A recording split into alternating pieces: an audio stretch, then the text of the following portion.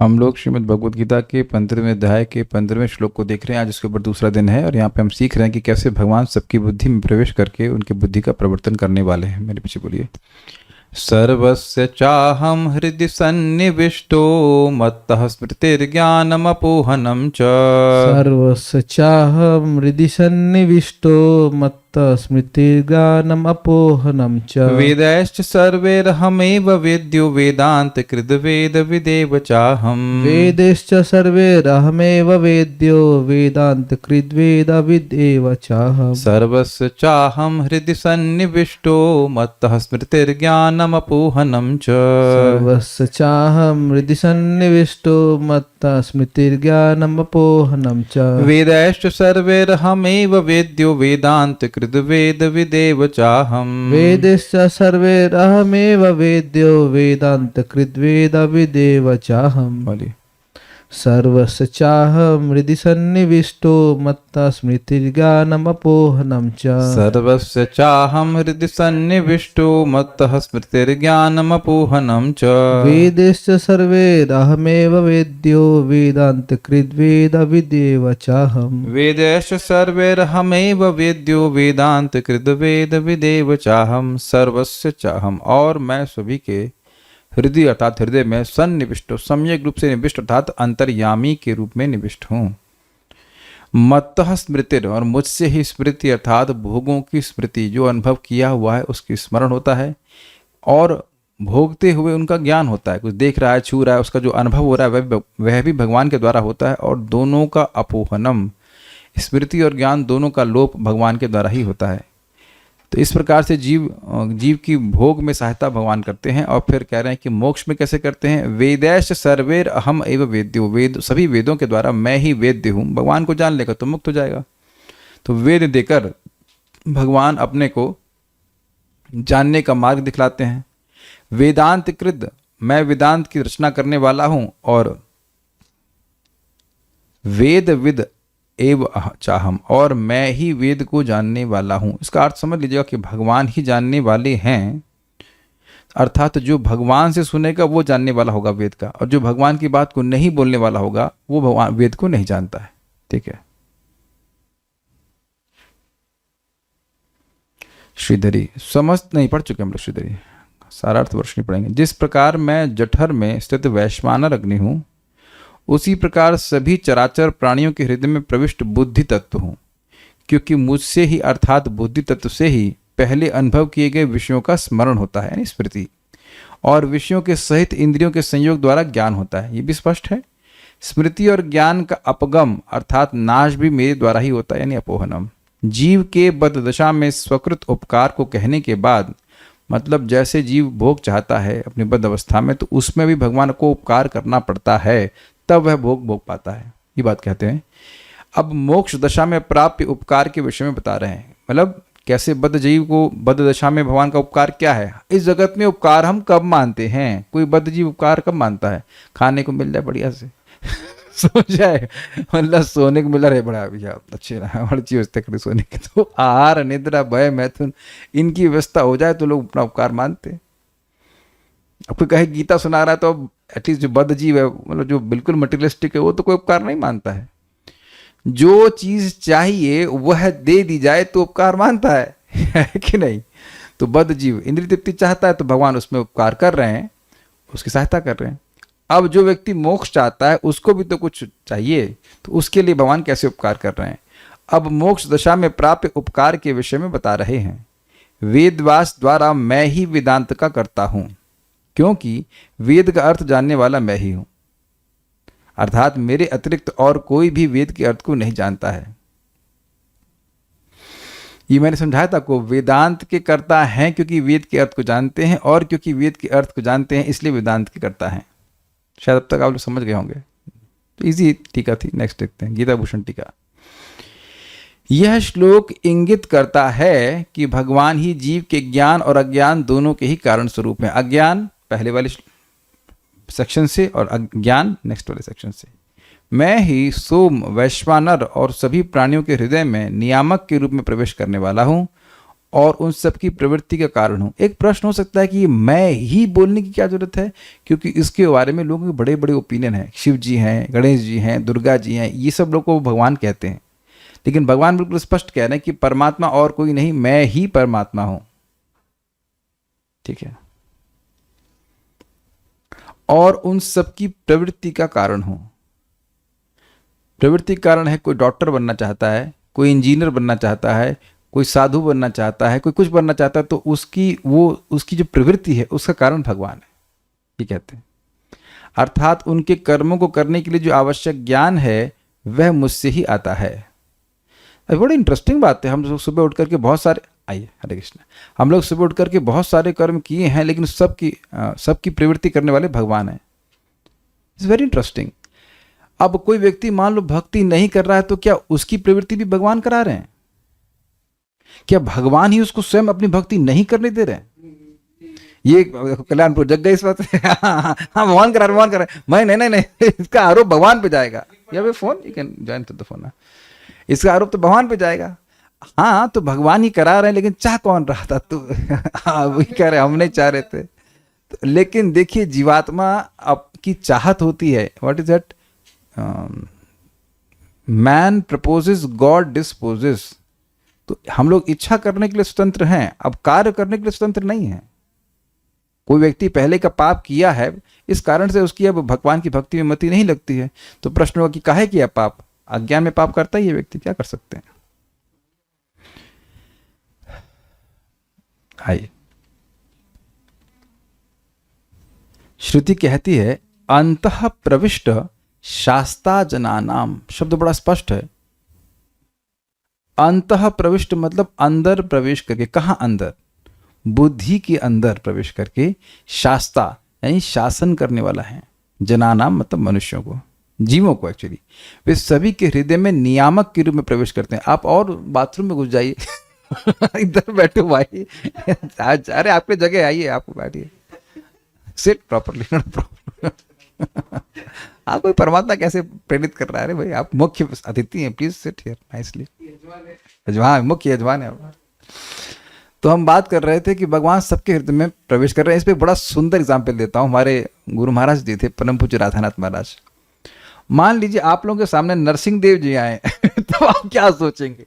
अरे गोविंदम आदि पुरुष, कुछ जो मन में अगर प्रार्थना याद आ गई तो कुछ बोलना शुरू कर देंगे। अरे भैया, उनका मूड तो ठीक नहीं है। लेकिन वही नरसिंह देव हिरण्यकशिपु के हृदय में बैठकर उसको प्रेरित कर रहे हैं कि इसको मैं हरा भी दूंगा, जबकि हिरण्यकशिपु का साइज ही बहुत छोटा था भगवान नरसिंह देव के समान तुलना में। लेकिन अंदर से प्रेरणा दे रहे हैं कि तुम अगर मैं इससे युद्ध किया तो जरूर मार दूंगा उसको। तो ये भगवान प्रेरणा देने वाले हैं इस प्रकार से। ये काफी इंटरेस्टिंग है अगर इस बात को हम स्वीकार कर लें। ईशस्य ही वशे लोको योषा दारू मई यथा। पूरा जगत एकदम जैसे कठपुतली है, उसके अनुसार भगवान के नियंत्रण में है। बहुत अच्छी बात है। आज मैं सुबह भी बोल रहा था इस बात में कि भगवान कहते हैं कि जिसने भी मेरा नाम कभी भी कैसे भी लिया है, उसके नाम को मैं कभी नहीं भूलता। अब इसको थोड़ा सा नेगेटिव वे में समझने का प्रयास कीजिए। इस जगत में कोई गुंडा होता है, उसको आप कुछ कह दीजिए, गाली दे के भाग आइए, वो भूलेगा नहीं आपको। वो सोचता रहे कैसे इसको पकड़ूंगा, कैसे धकड़ूं, मारूं उसको, कहीं वो कॉन्स्टेंट सोचता ही रहेगा ऐसा। लेकिन भगवान तो अच्छे व्यक्ति हैं, कृतज्ञ व्यक्ति हैं। तो अगर इस छोटी से काम हरे कृष्णा राम गोविंद मुकुंद बोल दिया है, तो भगवान सोचते हैं इसका मैं हित कैसे करूं। उसने तो मेरा बहुत बड़ा उपकार कर दिया, इसने मेरा बहुत अच्छा काम कर दिया, इसने मेरा नाम बोल दिया, I must do something nice for him. और अब देखिए होता क्या है, उसके बाद भगवान का नाम बोलना शुरू किया। अब भगवान अंदर से उसको प्रेरित करते हैं, जाओ जाकर भक्तों की संगति करो। भाई नाम बोलने से सारा ज्ञान तो हो नहीं जाता है, और भी भगवान के बारे में सुनना होता है, भक्ति के बारे में सुनना होता है। तो इसलिए लोगों को नाम बोलने के लिए जरूर प्रेरित करना चाहिए, चाहे वो एक माला भी कर रहे हो, चाहे 11 बार भी करें। But once they start doing it, Krishna starts opening up certain things for them. अंदर ही बैठे बैठे, और सुकृत नहीं होता है तो बस वो केवल समय बर्बाद करता रहता है। पता नहीं आप लोग संग ऐसा होता है कि नहीं, लेकिन मतलब मुझे तो बहुत अच्छे अच्छे लेक्चर्स मिल जाते हैं। एकदम से अभी कल देखा, अरे भक्ति विज्ञान महाराज का लेक्चर है, रिकॉर्डिंग सुन ली। अरे वृंदावन महाराज लेक्चर दिए गोपाष्टमी में, कितना सुंदर लेक्चर है। अरे जब मैं अरे बोल रहा होता हूँ, then it is I can immediately catch it is Krishna. देखो सुनो कितना बढ़िया बात है।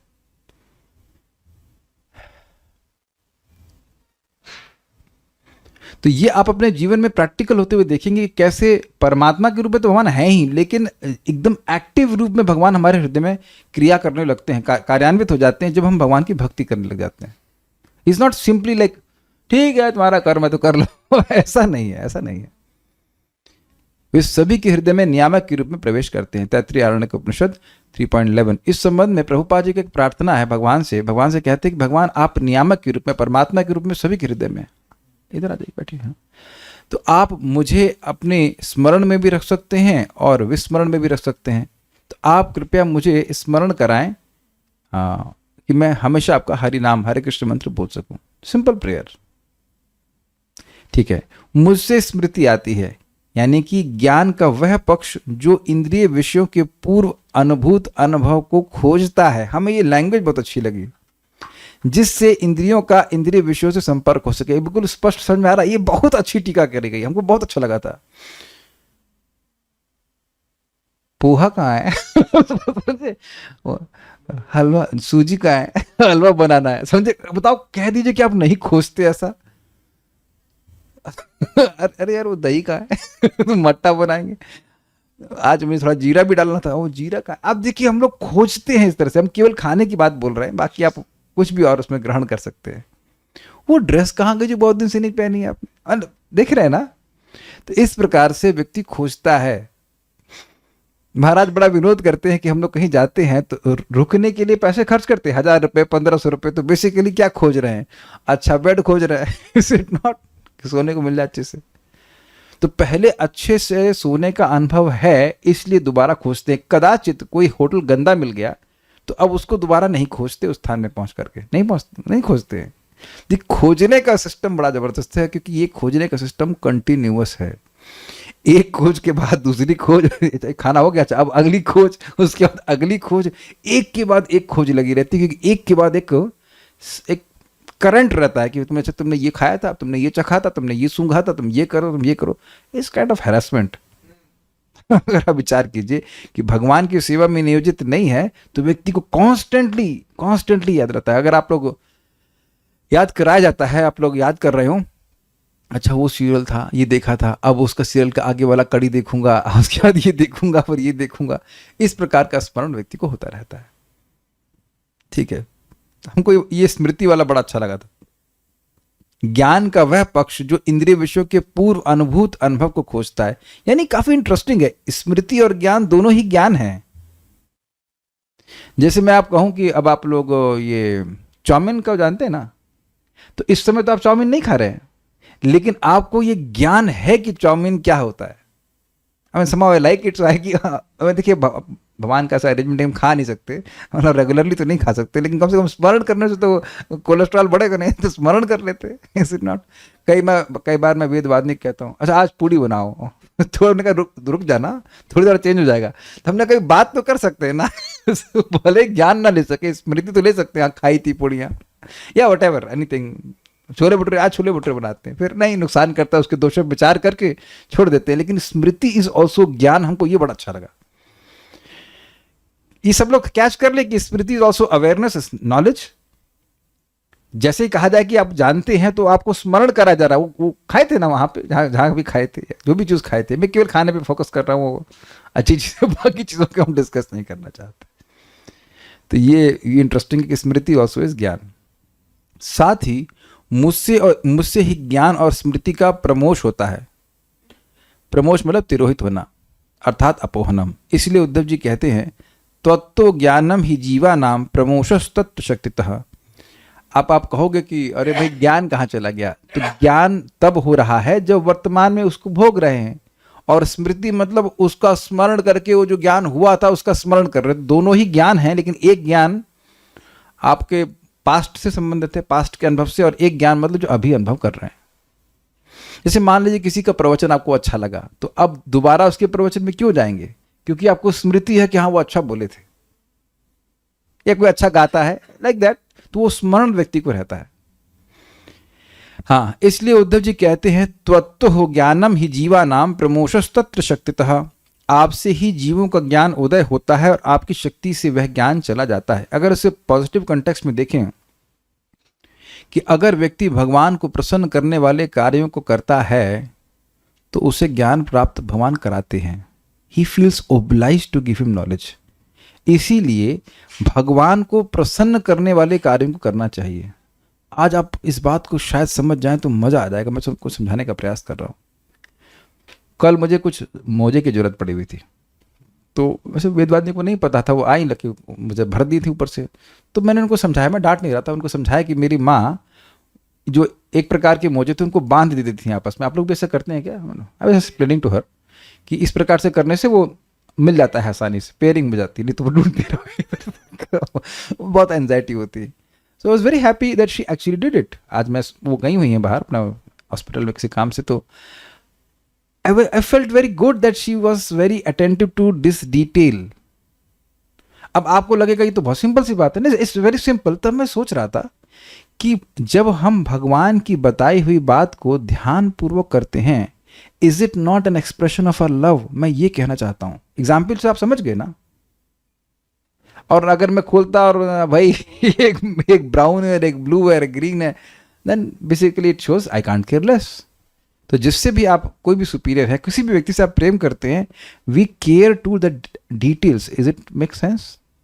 तो जब इस प्रकार से व्यक्ति करता है, जैसे हम लोग, सिंपल सी बात है कि भगवान के हम जब पूजा करते हैं, मान लो भगवान को अभिषेक करते हैं तो आसन होना चाहिए।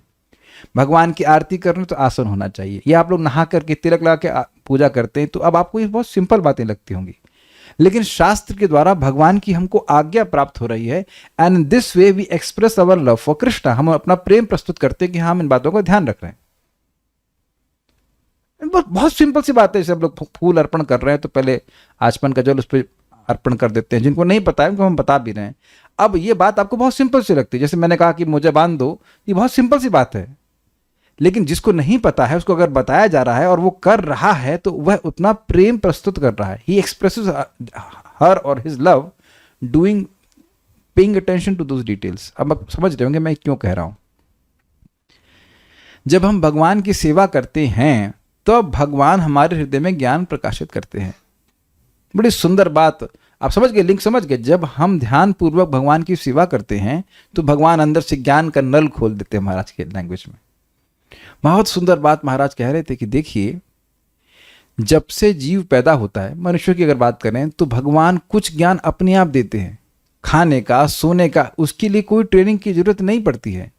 लेकिन अपने विषय में भगवान ज्ञान नहीं देते हैं, और वो तभी देते हैं जब जीव भगवान की सेवा करना शुरू करता है। चाहे भगवान को प्रणाम कर रहा है, चाहे भगवान का प्रसाद ग्रहण कर रहा है, चाहे वो भगवान के बारे में जप कर रहा है, बोल रहा है, सुन रहा है। जब भगवान की सेवा करना शुरू करता है तब भगवान ज्ञान देते हैं। तो एक प्रश्न होगा कि क्यों नहीं देते हैं?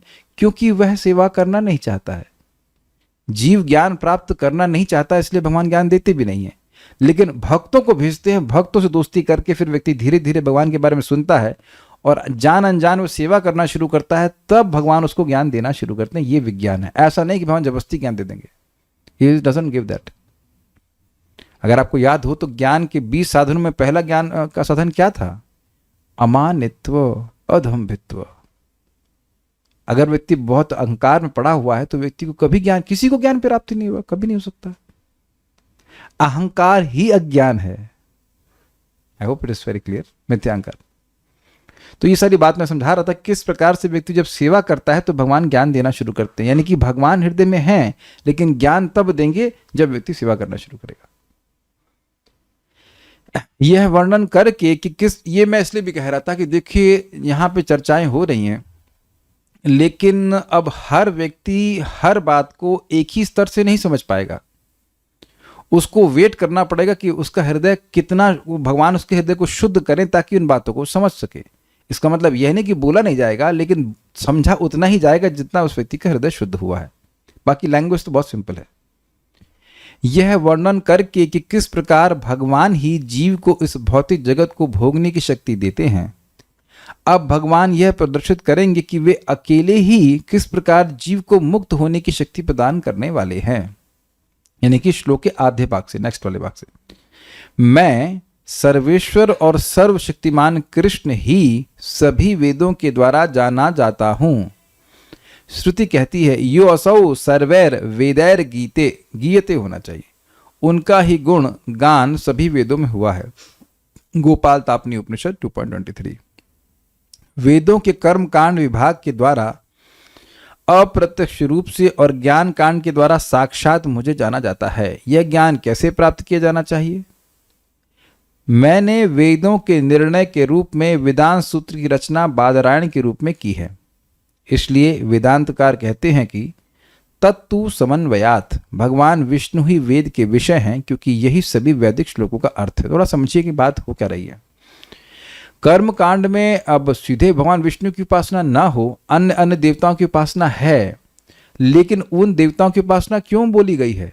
ताकि जो बद्ध जीव है, जो पूरी तरह से किसी की बात नहीं मानना चाहता, पूरी तरह से स्वतंत्र रहना चाहता है, तो वह कम से कम वैदिक नियमों के अंतर्गत आए, उसमें कुछ सबमिसिवनेस आए, ताकि आगे जाकर वो ज्ञान कांड करे, आगे जाके फिर वह भक्ति में आए। तो जब उसे बताया जाए कि कृष्ण भगवान है, तो वह उनकी उपासना करने के लिए, उसका वेद पे विश्वास है, वेद उसे बताएगा कि कृष्ण भगवान है, तो वह स्वीकार कर पाएगा। इसलिए अप्रत्यक्ष रूप से कहा गया है, डायरेक्टली नहीं बता रहे कर्मकांड में। ठीक है। तत्तु समन्वयात मतलब भगवान विष्णु ही वेद के विषय हैं, क्योंकि यही सभी वैदिक श्लोकों का अर्थ है। इस बात को हम लोगों ने प्रथम स्कंद में सुना है, जहां तक स्मरण आ रहा, 3 अध्याय में वासुदेव परा वेदा वासुदेव परा मखा, ऐसे करके श्लोक था कि वासुदेव पर अर्थात वेदों का जो तात्पर्य है वो वासुदेव हैं, और मखा यानी जितने भी यज्ञ हैं वह भी वासुदेव की प्रसन्नता के लिए हैं। आपने भगवद गीता में भी सुना है, व्हाट इज दैट, 5/5 का 5.28 लास्ट क्या था, शांति पृच्छति भोक्ता राम यज्ञ तपसाम सर्वलोक महेश्वरम सुहृदम सर्वभूतानाम ज्ञात्वा माम शांति पृच्छति। मैं ही सभी यज्ञों का भोक्ता हूँ। भोक्ता राम यज्ञ तपसाम सर्वलोक महेश्वरम, सभी लोकों का महेश्वर हूँ। सुहृद सर्वभूतानाम ज्ञात्वा माम शांति पृच्छति, और सभी का सुहृद हूँ एकमात्र, यह जान करके व्यक्ति शांति को प्राप्त करता है। तो वहां पे भी यज्ञों का वर्णन, यज्ञ का मतलब सभी यज्ञ जो कर्म कांड ज्ञान कांड कहीं पे भी वर्णित हैं, उनके उसका उद्देश्य कृष्ण को संतुष्ट करना है। ये बात बोली जा रही है। अब मान लीजिए कोई कहे परंतु अन्य लोग वेद का अर्थ किसी अन्य तरीके से करते हैं, कि कुछ कर्म कांड है या कुछ और तरीके से बोलते हैं, तो कहते हैं कि मैं ही वेद को जानने वाला हूं। अर्थात जो लोग अन्य तरह से व्याख्या कर रहे हैं कि कृष्ण वेद का प्रयोजन नहीं है, वह वेद को जानने वाले नहीं हैं। थोड़ा समझने का प्रयास कीजिए। कृष्ण ही वेद को जानने वाले हैं, पहली बात स्वीकार की जाए। फिर जब कृष्ण ही जानने वाले हैं तो कृष्ण से पूछा जाए कि वेद का प्रयोजन क्या है। आप पहली लाइन को क्लियरली समझिए। अभी आप ये नहीं जानते हो कि वेद का प्रयोजन क्या है, आप केवल ये जानते हो कि भगवान कृष्ण ही वेद को जानते हैं। ये समझ में आई बात? तो आप पूछो कि भगवान ये बताइए कि वेद का प्रयोजन क्या है, तो आप भगवान से क्यों पूछेंगे? क्योंकि भगवान ही जानने वाले हैं। ये क्लियर हो गया ना पहली लाइन, भगवान ही जानने वाले हैं, इसलिए आप भगवान से पूछो कि भगवान हमको समझ में नहीं आ रहा है कि वेद किस लिए लिखे आपने, या वेद क्यों फूके आपने मुंह से नहीं नाक से, ऐसा काहे किया आपने? तो कह रहे, तो भगवान बता रहे कि बेटा वेद का प्रयोजन मुझको जानना है, इसलिए फूका मैंने। समझ में आया तुमको? अच्छा। लेकिन ये चाचा, बगल वाले चाचू जान ये बोल रहे हैं कि वेद का प्रयोजन कृष्ण को जानना नहीं है। तो पापा बोल रहे हैं कि चाचू ने से पूछो कि चाचू कहाँ सुन के आए, समझे? ताऊ जी को पूछो कहाँ सुन करके, अर्थात मुझसे सुने होते तो यही बोलते कि वेद का प्रयोजन कृष्ण को जानना है। कृष्ण ही जानने वाले हैं। और पूछो कि कृष्ण को कैसे मालूम चला? कृष्ण तो भगवान कृष्ण है, उनको तो कोई सब स्वतः सिद्ध है। यानी कि वेद को जानने वाले कृष्ण हैं, और उनके परंपरा में जो है वह भी वेद को जानने वाला है। ऐसा नहीं है कि केवल कृष्ण ही वेद को जानते हैं और कोई नहीं जानता है, क्योंकि भगवान इसी अध्याय की शुरुआत में बोल चुके हैं, यस्तम वेद सवेदवित्, जो इस प्रकार से जानता है वह वेद को जानता है। जो इस जगत को अश्वत्थ वृक्ष के रूप में जानता है वह वेद को जानता है। तो यानी वेद को अन्य लोग भी जान लेंगे, लेकिन कौन जानेगा? जो भगवान से आने वाली परंपरा को स्वीकार करेगा। तो यहाँ पे एक और बात स्पष्ट हो रही है कि जो 4 परंपराएं हैं जो भगवान से आई हैं, उसमें जो व्यक्ति ज्ञान को प्राप्त करेगा ठीक प्रकार से, वही वेद के प्रयोजन को जान पाएगा। तो लक्ष्मी संप्रदाय, ऋषि संप्रदाय, कुमार संप्रदाय, रुद्र संप्रदाय और ब्रह्म संप्रदाय, उसी में फिर आगे ब्रांचेस हैं। समझ में आ गया बात। तो और कोई भी व्यक्ति बोल रहा है कि वेद के कुछ और प्रयोजन है, जैसे कि आजकल के आर्य समाज हैं या जो भी है, तो वह भगवान का ही खंडन करते हैं। तो जो वेद का प्रवर्तक है उसको ही आपने जीरो कर दिया, तो आप वेद को समझोगे कैसे? ये बात है। बादरायण के रूप में जो अर्थ मैंने निर्णीत किया है वही वेदों का वास्तविक अर्थ है, और कोई भी अर्थ त्रुटिपूर्ण है। तो अब प्रश्न हो सकता है कि अरे थोड़ी बहुत गलती हो जाएगी तो क्या दिक्कत है? तो अगर हमारी नाक को हाथ में लगा दी जाए तो कोई भी थोड़ी बहुत कोई ज्यादा दिक्कत है ना? सर्जरी करके नाक उठा कर हाथ में लगा दी तो सूंघते चलिए ऐसे, नहीं भाई। 1+1 अगर 2.1 हो जाए तो उसके बाद सारी इक्वेशंस गलत बैठ जाएंगी कि नहीं? तो आप ये नहीं कर सकते कि 2.1 थोड़ी गलती होगी, क्या फर्क पड़ता है? या आपने कभी देखा हो कि ये दो पैरेलल रोड हैं और हल्का सा टेढ़ा हो जाए, बस खत्म, तो कहीं और पहुंच जाएगा कि नहीं? थोड़ी सी गलती भारी पड़ती है कि नहीं? आप लोगों ने स्पेशली नोएडा में, गाजियाबाद वगैरह में तो देखा होगा कि वो एक आप क्या कहते हैं, कट बोलते हैं ना, कट मिस कर दीजिए, आप घूमते रहिए किलोमीटर के किलोमीटर घूमते रहिए, फिर आने को वापस मौका मिलेगा। So small mistakes but big punishment. तो जो कृष्ण को ही गायब कर दिया वेस्ट, तो वो पढ़ क्या रहा है? तो रसमलाई से रस निकाल करके दे रहा है। What is the point? सारा रसो वाइसा, कृष्ण ही रस है, और वो उसमें से सारे वेद से रस निकाल लिया आपने, उसका कर लिया छाछड़। छाछड़ बोलते क्या बोलते हैं? जो सूखा माल हो खाते रहो। And that's why they are not happy. वेद पढ़ रहे हैं लेकिन उनको फायदा नहीं होता है। तो श्री बादरायण के रूप में मैं ही मुक्ति प्रदान करने वाला हूं, क्योंकि केवल वेद पढ़कर व्यक्ति भगवान के संबंध में वास्तविक सत्य को नहीं समझ सकता है, जिससे मुक्ति प्राप्त होती है। ये समझे आप? ये बड़ी मजेदार बात बोल गई, बड़ी मजेदार। वेद का उद्देश्य है भगवान को जानना, लेकिन वेद पढ़कर लोग भ्रमित हो जाते हैं। कभी कर्मकांड पढ़ रहे हैं, कभी ज्ञान कांड पढ़ रहे हैं।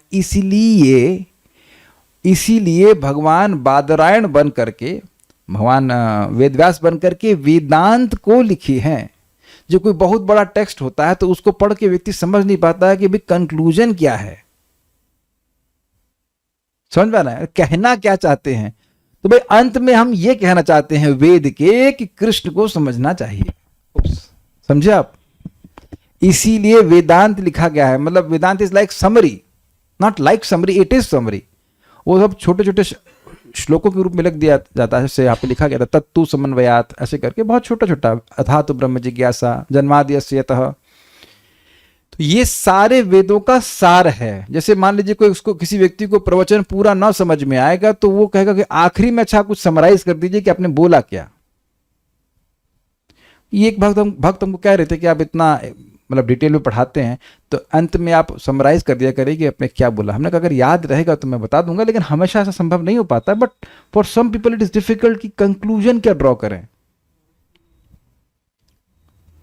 तो कंक्लूजन बहुत सिंपल है। कंक्लूजन ये है कि वेद का उद्देश्य कृष्ण को जानना है, और यह भी कंक्लूजन है कि कृष्ण भक्ति के द्वारा समझ में आते हैं, तो कंक्लूजन ये है कि भगवान की भक्ति करनी है। सिंपल सी बात है। तो जो ये कंक्लूजन लोगों को वेद पढ़ करके नहीं आएगा, जो कि आप देख ही रहे नहीं आ रहा है। तो इसलिए भगवान ने अपने व्यासदेव के अवतार के रूप में वेदांत की सृष्टि करी, वेदांत की रचना करी, जिसके द्वारा लोगों को समझ में आ जाए। लेकिन अद्भुत बात है कि तब भी लोगों को समझ में नहीं आया, और इसी कारण से व्यासदेव जी असंतुष्ट थे। इसलिए फिर वो श्रीमद् भागवतम की रचना करें, जिससे बिल्कुल स्पष्ट समझ में आता है कि कृष्ण भगवान है, जो कि वेदांत सूत्र पे कमेंट्री है। कोई कुछ पूछते हैं, लेकिन जो सिर्फ वेद ही पढ़ रहे हैं तो उनको कैसे पता चलेगा कृष्ण भगवान है? क्या वेद भगवत गीता पर डिपेंडेंट है? देखिए, पहली बात तो समझिए कि वेद और भगवत गीता अलग नहीं है। क्यों अलग नहीं है? वेदांत सूत्र के 5 टॉपिक हैं। भाई वेदांत तो आप वेद से अलग नहीं बोलते हो। तो वेदांत के 5 टॉपिक हैं। क्या टॉपिक हैं? ईश्वर, जीव, प्रकृति, काल और कर्म। और भगवत गीता के टॉपिक क्या है? ईश्वर, प्रकृति, जीव, काल और कर्म। तो ये अलग कुछ भी नहीं है। विस्तार आप मान सकते हो वेदांत सूत्र में, लेकिन सर्व उपनिषदों गावो दुग्धा गोपाल नंदना पार्थो वत्स सुधीर भोक्ता दुग्धम गीता मृतम महत। सारे उपनिषद वेदों का विभाग है, श्रुति कहते हैं। उन सारे उपनिषद गाय के समान है, और गीता क्या है? उस गाय के दूध के समान है। तो दूध और गाय में से संबंध इस प्रकार से डिपेंडेंसी की बात नहीं है। दूध गाय का सार कहा जाता है। तो सारे उपनिषदों का सार जो है वह गीता उपनिषद है। और वस्तुतः गीता पढ़ने के बाद व्यक्ति को समझ में आ जाता है कि कृष्ण कौन है, कृष्ण भगवान है। तो बात तो ये है कि गीता पढ़ने के बाद वेद पढ़ने की कोई जरूरत नहीं है। सिंपल सी बात। जैसे अब आपको आम में, आप लोग दूध तो पीते ही होंगे, तो कितने लोग अब गाय की बाल गिनते हैं गाय की पूंछ कितनी लंबी है, nobody cares in that sense. तो अब जिसको गीता अमृत मिल गया उसको और कुछ पढ़ने की जरूरत नहीं है। स्वयं भी हम लोग इंट्रोडक्शन में पढ़े हैं ना इसको कि सकृत गीता अमृत स्नानम संसार मल नाशनम। एक तो ये सुना है, एक बार भी गीता अमृत का स्नान कर लेता है तो संसार का मल नाश हो जाता है। एक और भी लिखे हैं, एको देवो देवकी पुत्र एवा, ऐसे करके कि एकमात्र भगवान देवकी के पुत्र भगवान श्री कृष्ण होने चाहिए और उनका शास्त्र भगवत गीता का शास्त्र एकमात्र शास्त्र पूरे विश्व में होना चाहिए। श्लोक भूल रहा हूं लेकिन इस तरह से अर्थ उसका वहां पे दिया गया है। ओके, तात्पर्य, परमेश्वर परमात्मा रूप में प्रत्येक जीव के हृदय में स्थित हैं और उन्हीं के कारण सारे कर्म प्रेरित होते हैं। जीव अपने विगत जीवन की सारी बातें भूल जाता है, लेकिन उसे परमेश्वर के निर्देशानुसार कार्य करना होता है जो उसके सारे कर्मों के साक्षी हैं। अतः वह अपने विगत कर्मों के अनुसार कार्य करना प्रारंभ करता है। समझे आप? कोई अब इस समय गुंडा बन गया है तो वो इस जन्म का गुंडा नहीं है, जरूरी नहीं कि इसी जन्म का गुंडा हो, उसकी ट्रेनिंग पहले की है। कोई इस समय खलराज है तो पहले भी वो ऐसा ही कार्य किया होगा। जैसे आप लोग आज हिंदी बोल रहे हैं तो इससे अनुमान कर सकते हैं कि कल भी आप हिंदी ही बोल रहे थे। अगर आज आप हिंदी बोल रहे हैं तो कल भी आप हिंदी ही बोल रहे होंगे। ऐसा तो नहीं मैं कल से हेब्रू में क्लास देना शुरू कर दूंगा, it will be very difficult ना। क्या एक्सपेक्ट करते हैं आप लोग? कल से कौन सी क्लास? बहुत होगा तो अंग्रेजी में हो सकता है, लेकिन कन्नड़ ना बिडिला रहे मैं तुमको नहीं छोड़ूंगा। गलत बोलते हो तो समझ रहे हैं कि हम कन्नड़ नहीं बोल सकते हैं। बड़ा सिंपल ट्रैक है, बहुत सिंपल ट्रैक है। तो इस जगत में आप देखते ही हैं कि एक माता पिता से दो बच्चे जन्मे और एक का स्वभाव बिल्कुल अलग है, दूसरे का स्वभाव बिल्कुल अलग है। तो क्यों स्वभाव अलग है? फैक्ट्री तो एक ही है, तो ये दो प्रोडक्ट काहे को निकले अलग अलग? क्योंकि वो अपने पिछले जन्म से कंटिन्यू कर रहे हैं। ये बात महाराज बड़ा सुंदर समझाते हैं कि इस जगत में देखा जाता है कि कोई व्यक्ति बड़ा कर्कश बोलता है, बड़ा पाप करता है, तो उसका मतलब है कि वह नरक होके आया है वहां खूब गाली गलौज होता है, सुन करके आया तो यहां भी चालू। यहीं पे एक व्यक्ति है, हवा भरते हैं, उससे 10 रुपए की हवा भरानी थी, पता नहीं किसको गाली दी जा रहा था। हमने गाड़ी लेके आगे बढ़ने लगे। हमने कहा भाई 10 रुपए में कि 10 रुपए गाली के लिए इतना पेमेंट इतनी गाली दे, हमको नहीं दे रहा था। जस्ट फीलिंग सो बैड कि तो गंदी सब शब्द क्यों सुनने पड़ रहे हैं। तो ऐसे शब्द जो हम सोचना भी नहीं चाहते हैं वो लोग बोले जा रहे हैं, बोले जा रहे हैं, बोले जा रहे हैं, और कोई औकात, मतलब there is no worth in that sense. तो बोले जा रहे हैं, बोले जा रहे हैं, बोले जा रहे हैं। तो पहले भी ये महात्मा ऐसे कार्य किए होंगे तभी तो इस प्रकार की बातें बोल रहे हैं। जो आज बहुत दानी है, लोगों की सहायता करना चाहता है, तो वो पहले भी इसी प्रकार का होगा तभी इस प्रकार से कार्य कर रहा है। ये कंटिन्यूटी बन जाती है, ये बात है। इसके लिए आवश्यक ज्ञान तथा स्मृति उसे प्रदान की जाती है, लेकिन वह विगत जीवन के विषय में भूलता रहता है। प्रभुपाद जी किसी व्यक्ति के लिए बोले थे, कोई सितार वादक थे या क्या थे पता नहीं। प्रभुपाद उनके बारे में बोले कि वो उनको 7 जन्म लगा इस प्रकार का परफेक्शन प्राप्त करने के लिए।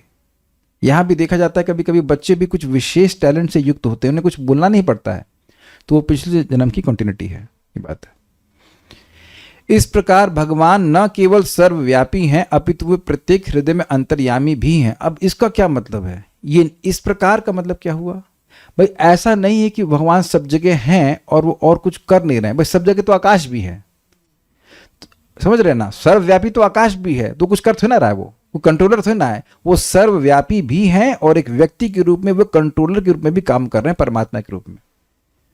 देखिए बड़ी इंटरेस्टिंग बात है, सर्वस्य चाहम हृदय सन्निविष्ट। तो सन्निविष्ट में सम्यक रूप से सम मतलब सम्यक से कहने का अर्थ है कि वो अंतर्यामी के रूप में है। आकाश भी सब जगह है, उससे क्या फर्क पड़ता है? आकाश तो किसी को ज्ञान नहीं दे रहा है, हम आकाश में तो रह रहे हैं ना सब लोग। आकाश इज अकोमोडेटिंग एवरीवन, तो आकाश का प्रवेश हर जगह है, लेकिन अंतर्यामी के रूप में नहीं है। तो बड़ा क्लियर है कि भगवान सर्वव्यापी भी हैं और अंतर्यामी भी हैं, वह प्रेरित कर रहे हैं सबको। वे विभिन्न कर्म फल प्रदान करने वाले हैं, उनसे कभी चूक नहीं होती। हमको तो ये बात बड़ी आश्चर्यजनक लगती है कि आज तक हम लोग इतनी सी बात क्यों नहीं समझ पा रहे हैं।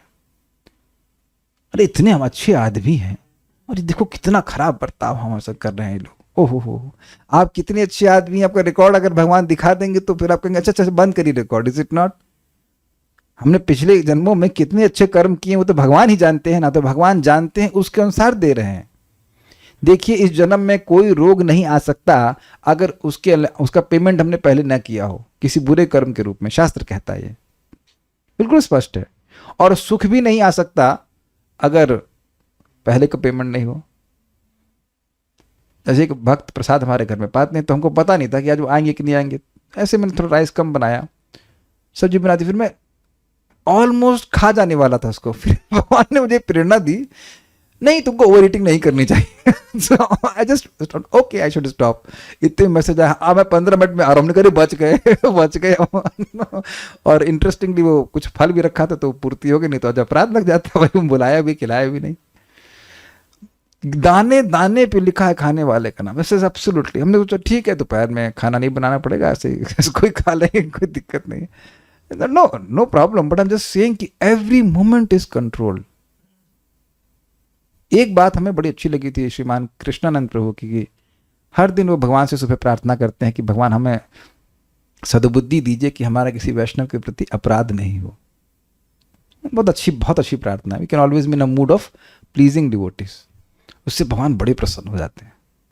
ये प्रार्थना भी रखें तो बहुत अच्छी बात है, भगवान देखेंगे बच्चा अच्छी भावना में रहना चाहता है।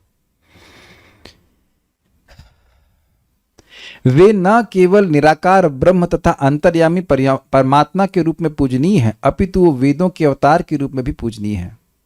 वेद लोगों को सही दिशा बताते हैं जिससे वे समुचित ढंग से अपना जीवन ढाल सकें और भगवान के धाम को वापस जा सकें। वेद भगवान कृष्ण विषय ज्ञान प्रदान करते हैं और अपने अवतार व्यासदेव के रूप में कृष्ण ही वेदांत सूत्र के संकलन करता है। तो एक प्रश्न आ सकता है कि भगवान सीधे ही ज्ञान दे देते, काहे वेद लिखिए। तो अब स्पष्ट आप जानते हैं, एक श्लोक है, माया मुग्ध जीव नाही स्वतः कृष्ण ज्ञान, जीवेर कृपा कैला कृष्ण वेद पुराण। जो माया से मुक्त जीव है, जो अपने को नहीं जान रहा है, तो जो अपने को ही नहीं जानेगा तो कुछ अपने आप कृष्ण का ज्ञान कभी नहीं होने वाला। क्या प्रमाण है? हम सब लोग प्रमाण हैं। अनादिकाल से यहाँ पे फंसे हुए हैं, नहीं ज्ञान हुआ। मैं फिर रिपीट करूंगा कि ये खाने की वस्तु अच्छी है, समोसा बड़ा अच्छा है, गोलगप्पे अच्छे हैं, ये सब मालूम चल गया। इसके लिए शास्त्र पढ़ने की जरूरत नहीं है, कभी नहीं जरूरत पड़ी ना। लेकिन भगवान से मेरा क्या संबंध है ये हमको अपने आप नहीं पता चलेगा। अपने आप भूल जरूर जाएंगे लेकिन अपने आप पता नहीं चलेगा। इसलिए बार बार इनकी आवृत्ति करना जरूरी है, बार बार। देखिए एक तो संदेह ही बनता है, मैं कृष्ण का हूं। अभी अब मैं कहूं प्रभु आप प्राइम मिनिस्टर के व्हाटएवर भतीजे हैं मैं ही मिला आपको सुबह, आज क्या 1 अप्रैल है क्या? Is it not? अरे हम अगर प्राइम मिनिस्टर के भतीजे हैं तो यहाँ काहे नौकरी करनी पड़ रही है या कुछ भी और कार्य क्यों करना पड़ रहा है? हम किराए के मकान में क्यों रह रहे हैं, बंगले में रह रहे होते हैं। ऐसे बहुत सारे मन में संशय आ सकता है कि भाई हमको ये सब काम क्यों करना पड़ रहा है, भगवान के हैं तो। बहुत सारी कॉम्प्लेक्सिटी संशय बना ही रहता है। संशय का अर्थ आपको बताता हूं, बड़ा मजेदार। शयन समझते हैं आप? शयन शयन शयन मतलब सोना। तो अब संशय का मतलब व्यक्ति के मन में 2 बात रहती है, ये भी ठीक हो सकता है, वह भी ठीक हो सकता है। ऐसा करते करते वो डिसफंक्शनल होकर सो जाता है संशय, सम्यक रूप से चयन करना, कुछ कर ही नहीं पाता है ना। तो बड़ा अच्छा अर्थ बताया गया था भक्ति विज्ञान महाराज के द्वारा। संशय इट्स नॉट सिंपली संदेह। संशय होने सो गया मतलब वो कार्य नहीं करेगा, उसको डाउट हो गया, काम नहीं करेगा। तो संशय नष्ट करने के लिए ऐसा करते हैं। व्यासदेव द्वारा श्रीमद् भागवत के रूप में किया गया वेदांत सूत्र का भाष्य वेदांत सूत्र की वास्तविक सूचना प्रदान करता है। समझे बात? वेदांत सूत्र का टीका है श्रीमद् भागवतम। अब हम कर नहीं पाए, लेकिन 1.1.1 पे जीव गोस्वामी जी की टीका अगर आप पढ़ेंगे तो वो बिल्कुल एक्सप्लेन करते हैं क्लियरली कि देखो ये वेदांत सूत्र का श्लोक है और इसकी यह टीका, यह श्लोक, पहला श्लोक इस प्रकार से कर रहा है। बहुत रुचिकर है, अब जब कभी समय मिलेगा तो करेंगे। बहुत लंबी टीका है लेकिन बहुत सुंदर तरह से समझाया गया है। एक एग्जाम्पल आपको देता हूं। अथात ब्रह्म जिज्ञासा, ये पहला श्लोक है कि मैं अब ब्रह्म की जिज्ञासा करूंगा। और भागवत का पहला श्लोक क्या है? सत्यम परम धीमहि। तो उन्होंने इस प्रकार से लिंक किया कि देखिए जिज्ञासा का रिजल्ट क्या होता है, ध्यान। समझे आप? मैं कहूं कि भाई वो सब्जी ले आना, आप तो कौन सी सब्जी, तो कौन सी सब्जी, जैसे प्रश्न करेंगे कौन सी सब्जी, तो एक मनन होना शुरू हो जाए, कौन सी सब्जी बोल रहे हैं, क्या आलू के बारे में बोलेंगे, क्या उसके बारे में बोलेंगे? अच्छा वो अच्छे वाले चिप्सोना आलू ले आना, तब आप तुरंत सोचना शुरू करेंगे कि ये चिप्सोना आलू क्या होता है। पहले ही पूछेंगे अच्छा ये क्या होता है, फिर आप जाके ढूंढेंगे भाई चिप्सोना आलू कहाँ है। As soon as you have a question you have a remembrance. क्या सबको समझ में आ गई ये बात? तो इस प्रकार से समझा रहे हैं कि अथात ब्रह्म जिज्ञासा का मतलब है कि भगवान पे ध्यान करना। सत्यम परम धीमहि, हम सब लोग भगवान पे ध्यान करते हैं। कमेंट्री का मतलब क्या होता है बताइए? कमेंट्री यही होता है ना कि जो चीज लिखा है उसका वास्तविक अर्थ क्या है, यही तो मतलब होता है। अब तक आप क्या सीख रहे हो? जो श्लोक आप सुनते हो उसमें इस शब्द का क्या अर्थ है, यही तो कमेंट्री के रूप में प्रस्तुत हो रहा है ना। तो अथात ब्रह्म जिज्ञासा का मतलब है कि मैं भगवान पे ध्यान करूं। सत्यम परम धीमहि। मैं एग्जाम्पल आपको दे रहा हूं कि किस प्रकार से भागवतम वेदांत सूत्र के श्लोकों की भाष्य है, ये बात है। एक एग्जाम्पल दिया, बाकी आगे आप जब देखेंगे तो देखेंगे।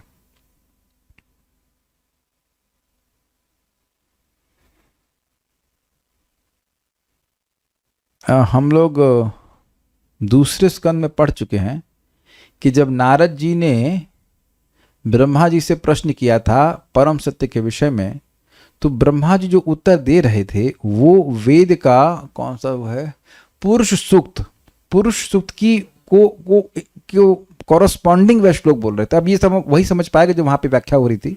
अभी मेरे पास मुझे पूरी तरह से याद भी नहीं है, लेकिन पुरुष सूक्त का ये श्लोक है और फिर उसके अनुसार ब्रह्मा जी ये बोल रहे हैं। तो भागवतम जो है वो वेद के वेदांत की ही व्याख्या ये कहते हैं। भगवान इतने पूर्ण हैं कि बद्ध जीवों के उद्धार हेतु वे उसके अन्न के प्रदाता एवं पाचक हैं, उसके कार्यकलापों के साक्षी हैं तथा वेदों के रूप में ज्ञान के प्रदाता हैं। एक बात यहां पे इंटरेस्टिंग बोलने वाली है, भगवान हमारे सभी कर्मों के साक्षी हैं। तो जो भी आप भक्ति कर रहे हैं उसके वो साक्षी हैं। And he appreciates whatever you are doing in devotional service. और हमको जन्म जन्मांतर वह बुद्धि देते रहेंगे, फिर से भक्ति करो, फिर से भक्ति करो। यद्यपि वह सभी, ध्यान दीजिएगा कि वह सारे कर्मों के साक्षी हैं, बट ही डिसक्रेडिट्स है, उनको वो ध्यान देते ही नहीं कि हमने नेगेटिव क्या किया है। जैसे आप देखते हैं लाइटनिंग इन अ ब्लैक क्लाउड, क्लाउड यानी बादल बहुत बड़ा है, लेकिन आपका ध्यान कहाँ जाता है? उस एक सेकंड के प्रकाश, अब तुरंत उधर देखते हो कि उसका प्रकाश क्या हुआ उसमें। तो उसी प्रकार से एक व्यक्ति का जीवन बहुत गलत हो सकता है, लेकिन अगर उसने थोड़ी सी भी भक्ति करी या एक बार भी भक्ति करी है तो भगवान का ध्यान उधर ही जाता है। साक्षी तो वो हर चीज के है। वे भगवान श्री कृष्ण के रूप में भगवत गीता के शिक्षक हैं। वे बद्ध जीव द्वारा पूज्य हैं। इस प्रकार ईश्वर सर्व कल्याणप्रद तथा सर्व दयामय है। समझ में आ गया कल्याणप्रद और दयामय क्यों है? अगर वो दया नहीं करते तो हम लोग भोग भी कैसे भोगते। और कल्याणप्रद क्यों है? क्योंकि वह मोक्ष भी प्रदान करते हैं। अंतः प्रविष्ट शास्ता जनानाम, जीव जो ही अपने इस शरीर को छोड़ता है इसे भूल जाता है, लेकिन परमेश्वर द्वारा प्रेरित होने पर वह फिर से काम करने लगता है। एक इंटरेस्टिंग बात है कि इसी जीवन में हम इसी जीवन के शरीर को भूल चुके हैं। ये भी स्वीकार्य है। किसको याद आता है अपना बचपन? में not on a daily basis. कोई यहां पे शोक कर रहा है कि उसका बचपन चला गया? और सब बच्चे ही हैं अभी, तो क्या है, नहीं? तो आप देख रहे हैं जो 25-26 साल के भी हैं, उनको कोई ऐसा कुछ याद नहीं आता। मैं क्रिकेट खेलता था, ये होता था ना। हो सकता है कि वृद्ध लोगों को याद आता हो कि अरे कब तो घुटने में दर्द हो रहा है, पहले चल लेते थे, वो थोड़ी बात याद आ जाती होगी। हम लोग भी बूढ़े होंगे, हमारा घुटना मतलब सभी के चलना आना शुरू हो गया, दस्तक दे रहा है वो। और पॉइंट इज कि ऐसे किसी को अपना जीवन याद नहीं रहता, स्पेशली छोटापन। वो 2 साल के तो आपको याद रहे होगा ना, 2 साल के थे क्या कर रहे थे, वेरी फेंट रिमेम्बरेंसेस। लेकिन फिर भी भगवान उसको याद दिलाते हैं कि व्यक्ति कैसे कार्य करना चाहिए। यद्यपि जीव भूल जाता है, लेकिन भगवान उसे बुद्धि प्रदान करते हैं जिससे वे अपने पूर्व जन्म के अपूर्ण कार्य को फिर से करने लगता है। बिल्कुल स्पष्ट है, हम तो केवल इसको भक्ति के परिप्रेक्ष्य में देख रहे हैं। आप लोग को याद है ना, वो उद्धव जी को क्या बोले थे भगवान कि तुम पिछले जन्म में मतलब वसु थे और तुमने इच्छा करी थी, तुमने यज्ञ किए थे, लेकिन इस इच्छा से कि तुम मेरे पार्षद बन जाओ, तो आज मैं तुमको अपना पार्षदत्व प्रदान कर रहा हूं। भाई साहब, इसको हल्के में प्लीज, इसको इस बात को हल्के में मत लेना। क्यों? आपने केवल डिजायर करनी है, हाँ मैं गोलोक पहुंच गया हूँ, हाँ मैं गोलोक पहुंच गया हूँ, मैं गोलोक पहुंच गया हूँ। दिन में एक बार 2 बार, हाँ हाँ गोलोक गोलोक 2-3 बार याद कर लीजिए, कृष्ण तो हमेशा याद रखेंगे। इसी पे एक भक्त ने कहा कि भगवान काहे बैठे हुए हैं, तो बड़ा अच्छा बोले, काहे लगातार हृदय में बैठे हुए हैं, ही इज वेटिंग कि कम से कम ये एक बार इच्छा कर ले मेरी तरफ आने की, फिर तो मैं खींच लूंगा इसको। ये बड़ा अविश्वसनीय लगता है, लेकिन अनादि काल से जीव को इच्छा भी नहीं करने देती एक बार भी। अगर एक बार भी इच्छा करेगा तो कृष्ण खींच लेंगे उसको। ये बात है। इसीलिए जो लोग भी भक्ति में आए हैं, प्रभुपाद जी कहते हैं हम सभी का परफेक्शन गारंटीड है, क्योंकि इच्छा तो आपने कर ली है, तभी तो माला जप कर रहे हैं, तभी तो प्रसाद ग्रहण कर रहे हैं। तो इधर की थोड़े बहुत अप्स एंड डाउन से व्यक्ति को बहुत डाउन नहीं होना चाहिए। It's okay, just keep on continuing your भक्ति, और पूरी तरह से आप भक्ति में शुद्ध हो जाओगे। इसीलिए जो लोग भक्ति कर रहे होते हैं उनको हमेशा प्रोत्साहन देना चाहिए। तुम ये नहीं कर पा रहे हो, इस पे फोकस कभी नहीं करना चाहिए, जो कर पा रहे हो उस पे फोकस करना चाहिए। एक वक्त हमको दिख रहे हैं, उनका बहुत मजाक बना रहे थे, वो बड़े टेंशन में जब करते हरे कृष्ण हरे राम। भैया इतना काय को परेशान हो रहे हो, एक बार भी आपने कृष्ण सुन लिया, आपका पूरा जीवन सफल है। हरे कृष्ण खत्म, अब बाकी तो फालतू चैंटिंग है। फालतू मतलब आराम से करो, कोई दिक्कत नहीं। एक बार हरे कृष्ण बोल दिया, भगवान ज्यादा हरे कृष्णा भी नहीं, हरे बोल दिया आपने, खत्म। इतना टेंशन लेंगे तो और माला अच्छे से नहीं होगी। Is it not? आपके मन आपके कंट्रोल में तो है नहीं। टेंशन क्यों ले रहे हो? हरे कृष्णा जस्ट सिंपल। मैं बोल रहा हूं, मैं सुन रहा हूं, आपको बोलना है, आपको सुनना है। देखिए हमारे बीच में डॉक्टर भी उपस्थित हैं। आप जानते हो कि कोई इलाज करने वाला आता है, जब इलाज कराने के लिए आता है बड़ा टेंशन में, तो डॉक्टर साहब ये खराब हो रहा है, वो खराब हो रहा है, सब उसका दिमाग भी खराब हो जाता है। लेकिन डॉक्टर बड़े आराम से बैठा रहता है, ठीक हो जाएंगे, दवा लीजिए, सब सही हो जाएगा। टाइम से पहले ठीक नहीं हो सकते, दवा ले रहे हो तो टाइम आने पे ठीक हो जाओगे, सिंपल। मेरे भगवान की कृपा से मैं बहुत अब चिल हो गया हूँ। मुझे मैं इस बारे में इंटरेस्टेड नहीं हूँ कि मैं भगवान के पास कब जाऊंगा, क्योंकि पता कि जाएंगे जरूर। अब वो कब जाना है नहीं जाना वो उनके ऊपर है। 2 टाइम प्रसाद मिलना चाहिए, 2 टाइम कथा होनी चाहिए, और ये 16 माला जप हो जाना चाहिए, नींद जरूर पूरी हो जानी चाहिए। ये सब होना चाहिए, and let us go in easy way. इतना टेंशन लेने की जरूरत नहीं, कब जाएंगे, क्योंकि तुम्हारे टेंशन लेने से भी तभी जाओगे जब जाना होगा। Agreed? Why you worry so much about this things? Krishna will not let you go anywhere. बस सिंपल सी बात है। तो जब बद्ध जीव के कार्यों को, ऐसे अपूर्ण कार्य को करने में लगवा देते हैं भगवान, तो भक्ति का तो फिर कहना ही क्या।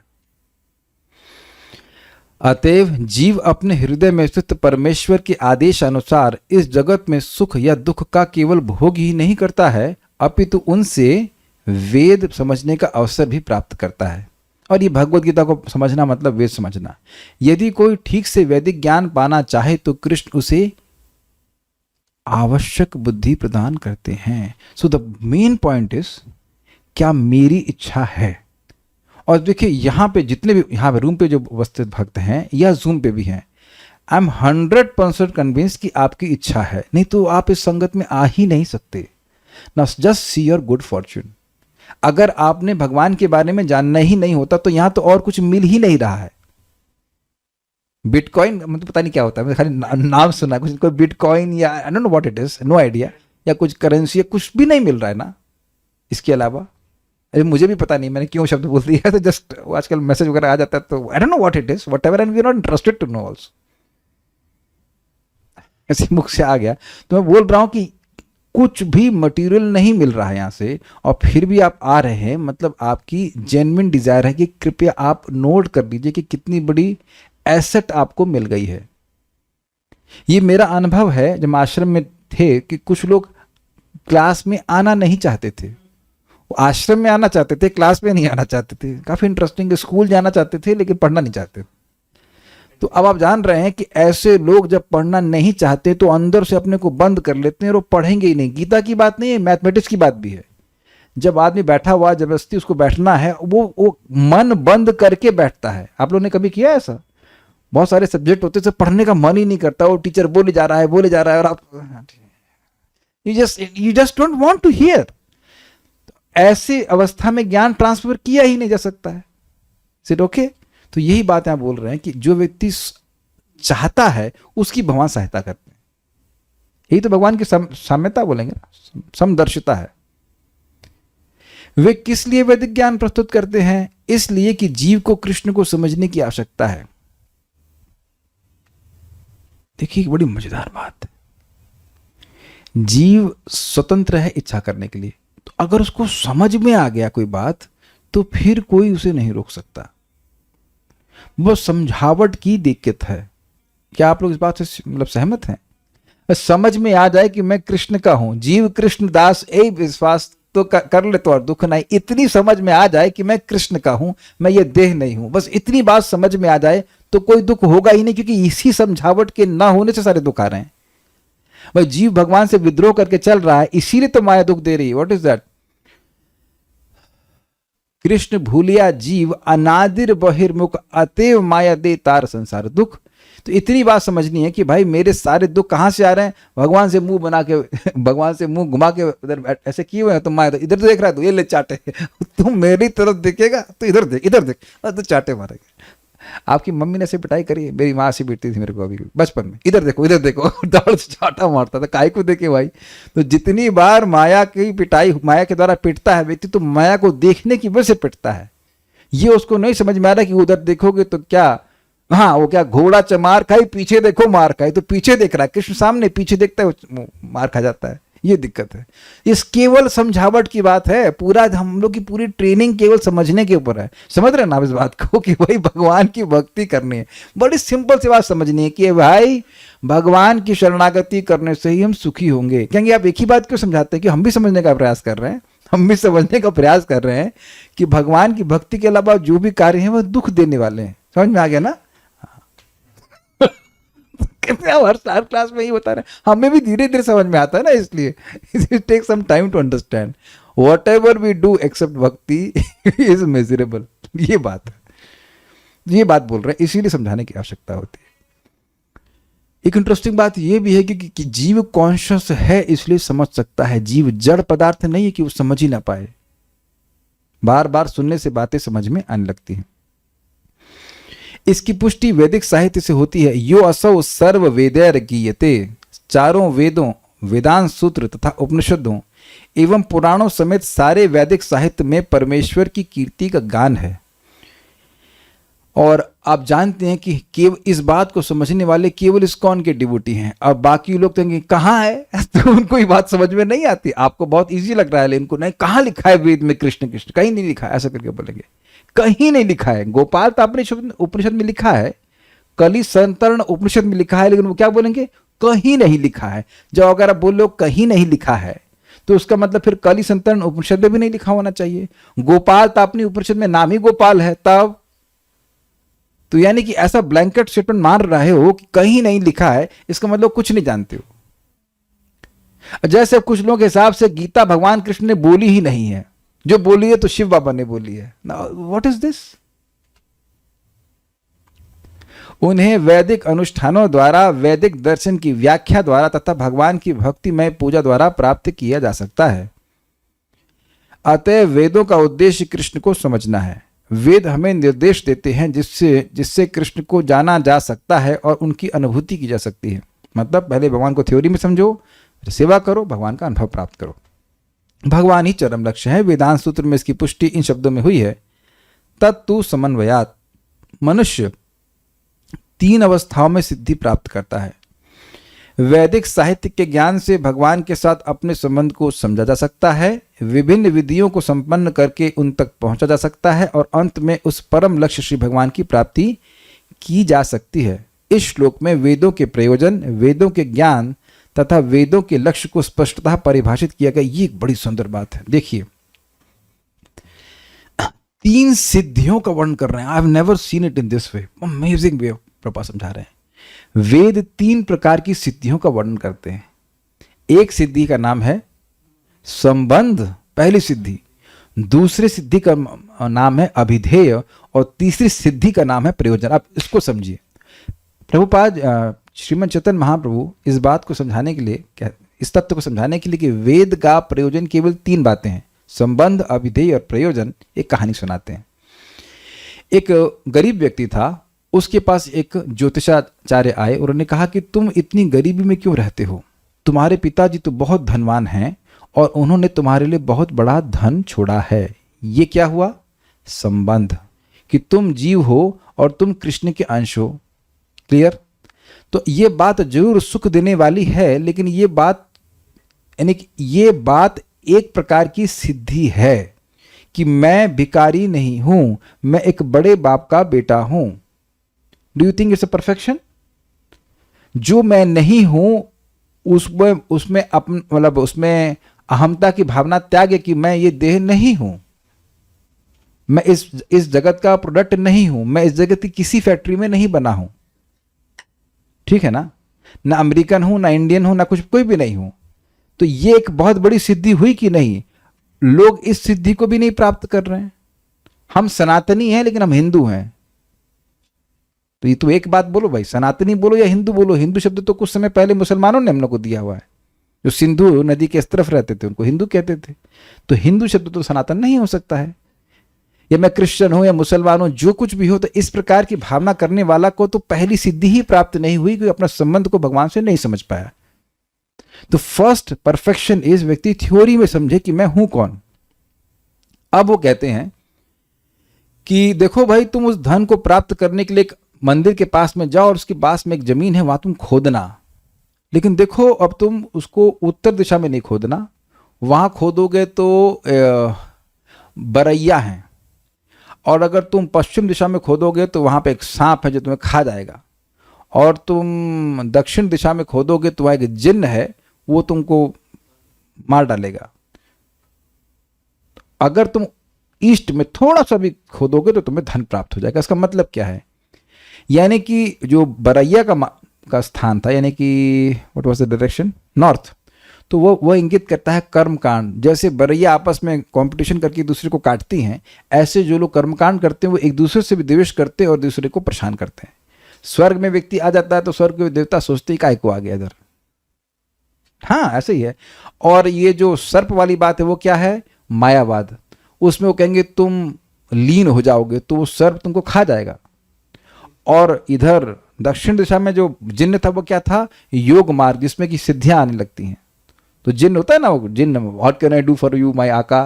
तब आपके अंदर भावना आ जाएगी मैं स्वामी हूं, मैं ये कर सकता हूं, मैं हल्के से हल्का हो सकता हूं, भारी से भारी हो जाऊंगा। तो इस प्रकार का अष्टांग योग करेगा तब भी उसको सिद्धि प्राप्त नहीं होगी। लेकिन ईस्ट दिशा का, ईस्ट मतलब पूर्व दिशा में थोड़ा सा भी खोदेगा, अर्थात थोड़ी सी भक्ति करेगा, तो उसको धन प्राप्त हो जाएगा। तो ये क्या हो गया? अभिधेय का वर्णन, यानी क्या करना है उसका वर्णन और क्या बिल्कुल नहीं करना है इसका भी वर्णन। और फिर अंततोगत्वा प्रयोजन क्या है? वो धन प्राप्त करना, अर्थात भगवान का प्रेम प्राप्त करना। तो आप देख सकते हैं कि 3 स्टेजेस हो गया, 3 सिद्धि की स्टेजेस हो गई। तो इस तरह से प्रभुपाद व्याख्या कर रहे हैं, ये बात प्रभुपाद यहाँ पे समझा रहे हैं। बहुत अच्छा लगा था हमको ये बात।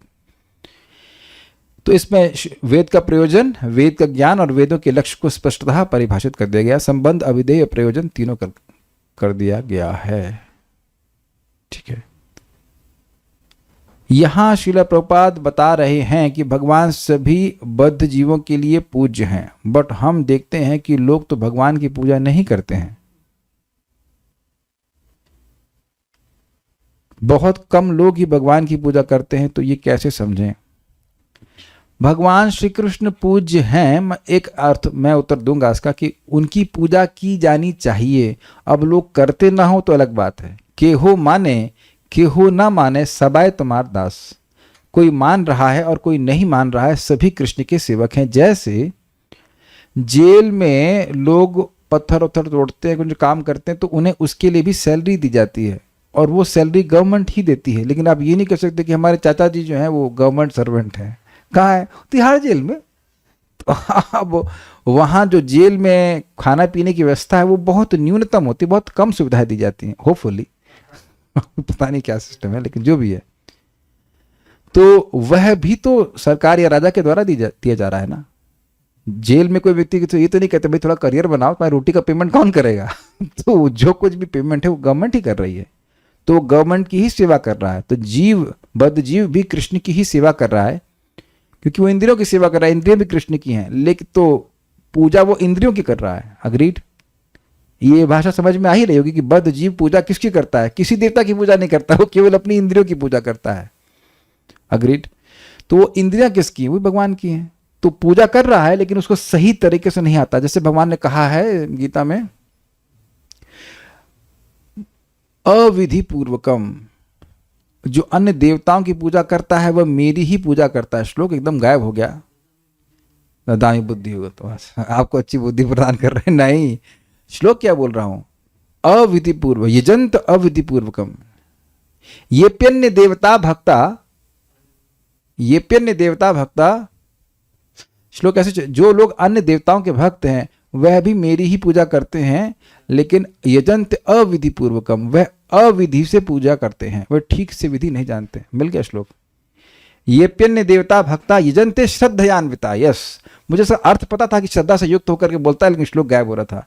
तेपी मामे व कौन्तेय यजंति अविधि पूर्वकम। This is 9.23। ये भी अन्य देवता भक्त, जो लोग अन्य देवताओं के भक्त हैं, यजंते श्रद्धयान्विता, वह श्रद्धा से युक्त होकर के भजन कर रहे हैं। तेपी मामे व कौन्तेय, वह भी मेरी ही पूजा कर रहे हैं। यजंते अविधि पूर्वकम, क्योंकि वे अविधि से पूजा करते हैं। तो प्रश्न होगा कि जब आपकी पूजा करके, वहां पे बताया गया था कि आपकी पूजा करने से मोक्ष मिलता है, तो जब आप कह रहे हो कि जब अन्य देवताओं की पूजा करना भी आपकी पूजा है, तो मोक्ष क्यों नहीं मिलता उन लोगों को? नहीं मिलता है। तो वहां भगवान क्लियर कर रहे हैं 9.23 ना, कि अविधि, ये विधि नहीं है कि व्यक्ति देवताओं की पूजा करे, विधि है कि वह कृष्ण की साक्षात पूजा करे। देखिए उदाहरण जेल का थोड़ा लिमिटेड है। जेल में व्यक्ति कहे कि चलो हम कल से अब गवर्नमेंट की सेवा डायरेक्ट करेंगे, तो वो मिलनी भी नहीं उसको। लेकिन यहां अगर कोई चाहे कि मैं कल से कृष्ण की सेवा करूं, तो वो कर सकता है। ये बात हमको समझनी होगी। ऐसा कोई इनहिबिशन नहीं कि आप हरे कृष्ण मंत्र जप नहीं सकते हैं, जो भी चाहेगा वो कर लेगा। तो सब लोग कृष्ण की सेवा कर रहे हैं, हाँ, लेकिन डायरेक्टली नहीं कर रहे। हाँ बोलिए। हरे कृष्ण प्रभु जी। प्रभु जी, इस बात में याद आता है, जैसे भगवान कृष्ण जब यहाँ पे लीला के लिए अवतरण हो रहे थे और योग माया देवी को पावर किए थे कि बलराम जी को रोहिणी माता के गर्भ से, सॉरी, देवकी के गर्भ से रोहिणी माता के गर्भ को ट्रांसफर किया। तो इसके लिए उनको ये बेनेडिक्शन दिया गया कि आपका हर जगह पे पूजा होगा देवी माता के रूप में। तो फिर तो ये अविधि पूर्वक को प्रोत्साहन देना हो गया। भाई देखिए, जब दुर्गा जी की सेवा, दुर्गा जी को भगवान ने सेवा दिया, योग माया को सेवा दिया, तो भगवान ने आशीर्वाद दिया। लेकिन भगवान गीता में ज्ञान भी तो दे रहे हैं।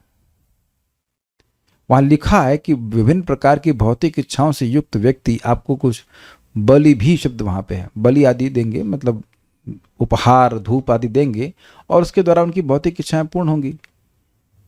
Krishna allows that. भाई हम सभी जीव भोग की इच्छा करते हैं, तो भगवान उसको अलाउ कर रहे हैं। यहां भी तो श्लोक में भगवान सुविधा दे रहे हैं ना, तो इन देवताओं के द्वारा दे रहे, इसमें क्या दिक्कत है? देखिए, भगवान भोग की सुविधा नहीं देंगे तो हम लोग दम चिढ़ जाएंगे। भगवान अभी भी, भगवान हम लोग को इंद्रिय तृप्ति भी तो दे ही रहे हैं ना। ऐसा तो नहीं कि एकदम बंद कर दे रहे हैं, क्योंकि इच्छा है। अगर एकदम बंद कर देंगे तो व्यक्ति उद्विग्न हो जाएगा। Although we don't need it but we want it. तो अब धीरे धीरे करके जीव शुद्ध होगा ना, तो भगवान को सुविधा देनी ही पड़ेगी। We want it. हम में से कोई भी व्यक्ति के जगत में है, unless like you are liberated Paramhansa, we want sense gratification. We don't need but we want it. अच्छे से अच्छा खाने को मिले, अच्छा सोने को मिले, कह दीजिए कि इच्छा नहीं है इच्छा इस प्रकार की। और भगवान हमारी वासना को देख रहे हैं, हमारी इच्छा को देख रहे हैं, still he wants to extricate अस। इसे बाहर निकालना चाहते हैं, काढ़ना चाहते हैं ना, काढ़ना बाहर निकालना चाहते हैं। धीरे धीरे करके कर रहे हैं। ये काम तुरंत नहीं किया था। देखिए, कोई वैद्य भी है, आप उसके पास जाएंगे, भाई तीव्र दवा दे दो, तो तुम सहन कर पाओगे? बोला बेहोश हो गए तब। तो धीरे धीरे करके आपके वो शरीर के जो दूषण है उसको निकालते हैं। तो क्या दिक्कत है? लोग मांग रहे हैं, सुविधा प्रदान होनी चाहिए। Okay, so will stop here. Shrimad Bhagavad Gita की जय, श्रील प्रभुपाद की जय, निताई गौर प्रेमानंदे।